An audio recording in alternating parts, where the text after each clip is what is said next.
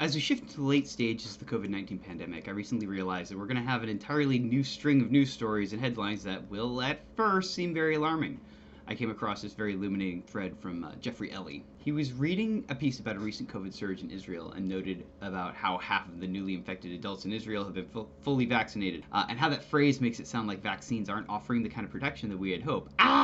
But Jeffrey walked through the details of something called the base rate fallacy, and I loved how he walked through the mathematics of it, so it inspired me to recreate this concept in visual form. Here we have a representation of the FDA trial data that was used to approve the Pfizer vaccine. They recruited about 37,000 people, gave half the vaccine and half the placebo, and then tracked them over 4 months.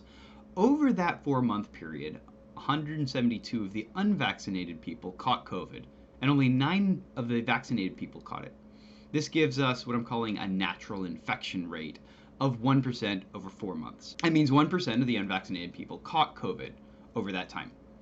Because only 0.05% of vaccinated people caught it, that's how we've calculated a vaccine efficacy rate of 95% for the Pfizer vaccine.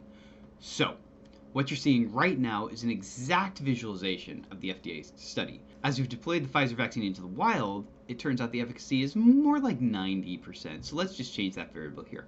Now let's increase the sample population to the Israeli population of about 9.2 million.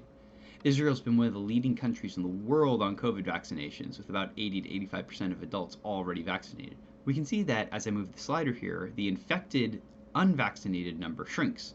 This isn't because the unvaccinated are more protected, but because there just aren't that many of them left.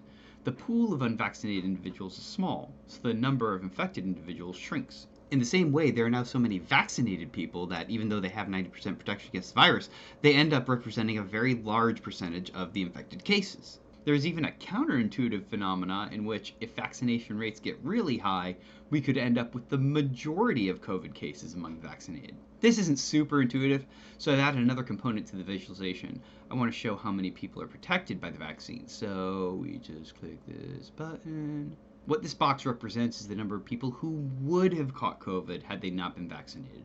These are the people who ended up fully protected as a result of getting the vaccine. There's a lot of things this visualization lets us see. I use a natural infection rate of 1% because that's the rate that we saw in the Pfizer study. But over time, the infection rate will be higher than that.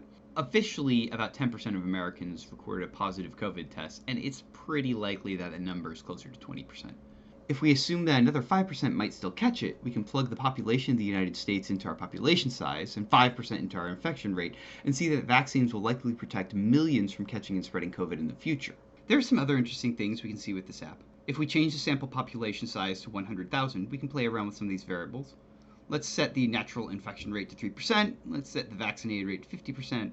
With a 90% effective vaccine at 50% vaccinated, we get a total of 1,650 infections. But if we set the efficacy to something like 65%, which is the efficacy of the AstraZeneca vaccine, we can have almost 70% of the population vaccinated and end up with the same overall rate of infection. Now, I think you should still get a vaccine, even if it's a lower efficacy number. Every little bit helps. But what we can see here is that judging COVID numbers in the future is going to be extremely complicated. Yes, more vaccinations are good, but the difference between 60% and 75% vaccinated is not going to be particularly stark.